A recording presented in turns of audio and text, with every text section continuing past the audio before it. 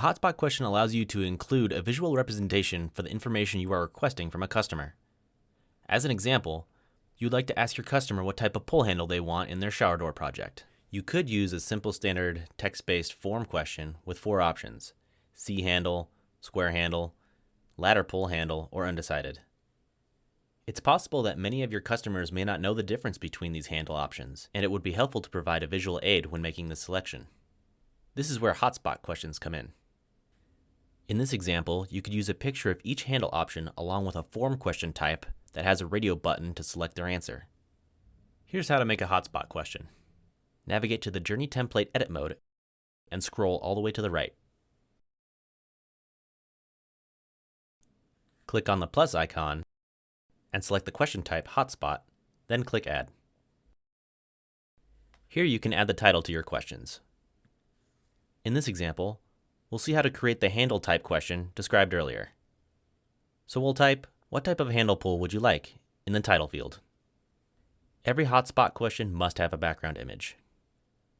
Click on Choose Image button to upload any of the files from your local storage. Any of these file types are acceptable.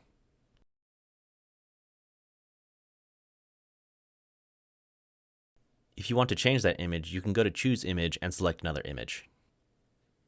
Now to add the hotspot element. On the left, you have a selection of icons you can move onto your image.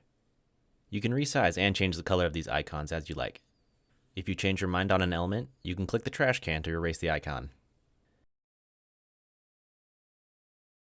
The camera and video camera icons suggest where the photograph would be most helpful. This gives the user the option to upload their preferred media. The notepad icon has all the elements of a standalone form question. This allows you to insert a title question, give a description, provide help text, as well as other answer elements, such as radio buttons, checkboxes, and text areas for long descriptions, and short descriptions where alphanumeric values are allowed. Be sure to check out our video about form questions.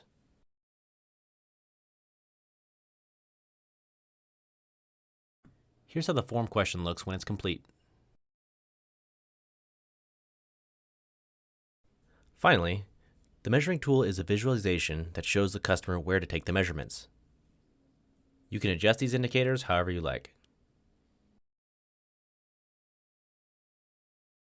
Finally, choose your visibility preference and click Save.